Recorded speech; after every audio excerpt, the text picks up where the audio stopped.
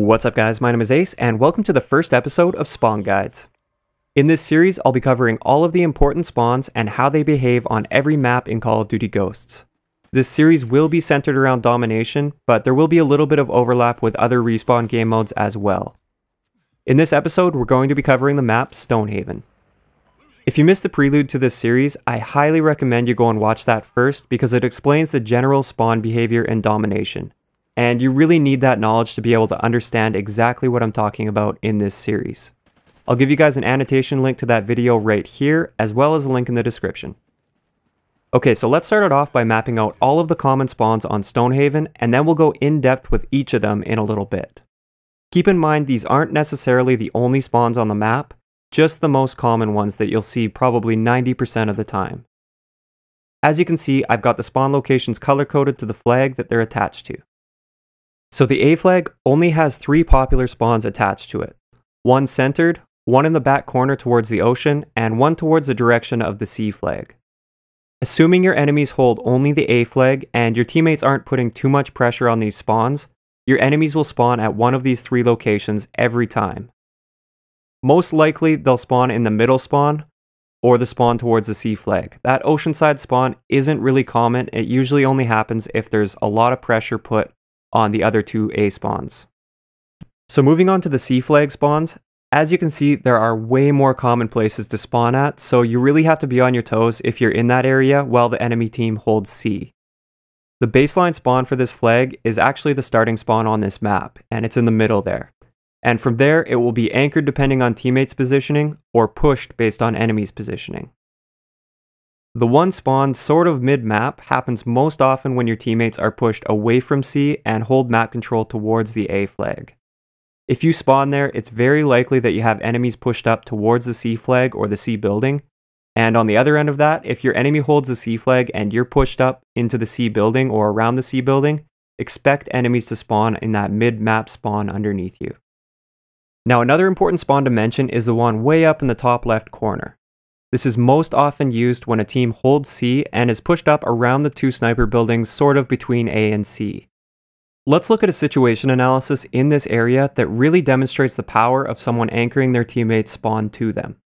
This was taken from my fastest chem strike so far video that I posted a little while ago on my channel, so you guys may recognize it. So at this point, B is neutral, so neither team is going to spawn there. The C flag is held by the enemy team, and the majority of that team is pushed right up towards the B flag, and I'm in a little bit of a battle with this guy by the tractor area. Notice my positioning. I'm effectively blocking at least 2 of the C spawn points because they're just to my right. Now, since this enemy that I'm trying to kill is pushed over to this point on the map, and the rest of his team is pushed completely away from C towards B, the game wants to spawn his teammate near him. The most logical place would have been one of the 2 spawns to my right, but like I said, I'm blocking those spawns. So where is his teammate going to spawn? Right behind me at the spawn nearest to his teammate that I'm not blocking. Most people would dismiss this as just a terrible and a random spawn, but when you look at all of the variables, it is in fact a logical and predictable spawn if you know the elements that go into spawn logic. It will really suck for you if you don't know how to read it, but it is a logical spawn nonetheless. So now that we have that covered, let's move on to B. And if any of you guys were ever wondering, B is the best place to keep your enemies contained on this map. It's always my goal on this map to give the enemy the B flag and try and hold A and C while forcing the enemies into containment in the castle. And the reason for this is pretty obvious. Just 2 competent players can effectively trap an entire team in the castle as long as they know how to position themselves effectively. So the B flag has 3 main spawns. The one right by the flag at the bottom of those stairs, the one right by the ocean just outside the castle wall, and the one indoors, which is the one I like to call the arch spawn. And the arch spawn is one of the most exploitable domination spawns in this game with the right setup. Since the arches often block off lines of sight from outside the castle gate, your enemies will still spawn there even if you're just around the corner outside the castle. This is how I've gotten many of my high streaks and even a couple chem strikes on this map. Another very important thing to note with this arch spawn is that enemies will spawn there even when you come from that direction and jump on the B flag. And once again, most people would call this a terrible and random spawn, but when you think about it, by being on the B flag, you're definitely blocking the spawn closest to that flag, And depending on the direction you're facing, you're likely blocking that oceanside spawn as well. This means the only remaining B spawn is at arches, so you better be ready to turn around and fight, even though you may have just passed through that spawn to get to the flag. Alright, so those are the spawns for this map, but the video isn't over yet. It's time to test your knowledge and understanding of spawn behavior in Call of Duty Ghosts. If you didn't watch the prelude that I told you to watch at the beginning, you may struggle with this part a little bit. Okay, so let's create a situation on the map. Your team holds C and B, and the enemy team holds A.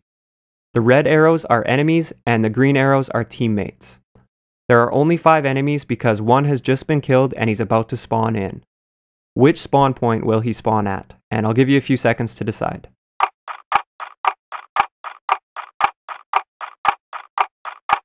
Okay, time's up. If you guys chose this spawn right here, you are correct. If not, let's quickly go over why he will spawn there. So first off, spawns are generally attached to flags, and we know that. So we know that the game will want to spawn him at the A flag as long as there's a safe spawn available.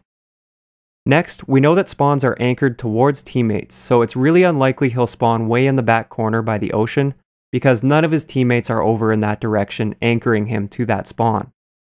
Finally, let's look at the positioning of the green players. One of them is pushed up towards the A flag and he has a direct line of sight on the back middle A spawn. This means that that spawn is blocked and the only other option is this spawn here. So unless that spawn is also being blocked, which in this case it isn't because none of the green players have a direct line of sight on that spawn, despite their close proximity, that is exactly where the enemies will spawn. So really quick, let's turn this around and say that this green guy here gets killed. Where will he spawn? And once again, I'll give you guys a few seconds to decide.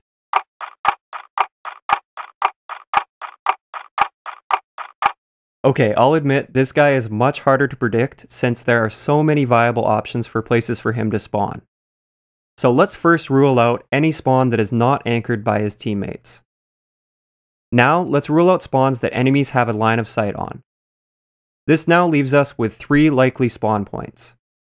With further analysis of teammate positioning, the most likely places to spawn are in one of these 2 spawns right here. And the reason for that is the fact that this sniper on the mound is anchoring the spawn slightly in his direction, even though the majority of the green guys are pushed near that top corner spawn.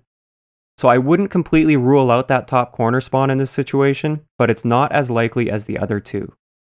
So that's all I have for this first episode of Spawn Guides. I'd love to hear some feedback from you guys on what you guys liked about it and what you guys maybe didn't like, and I'm also really open to suggestions at this point with the series. I want to make this series the best it can possibly be for you guys to learn from. If you enjoyed, I'd really appreciate a like, and don't forget to subscribe for more if you haven't already. I'll talk to you guys next time.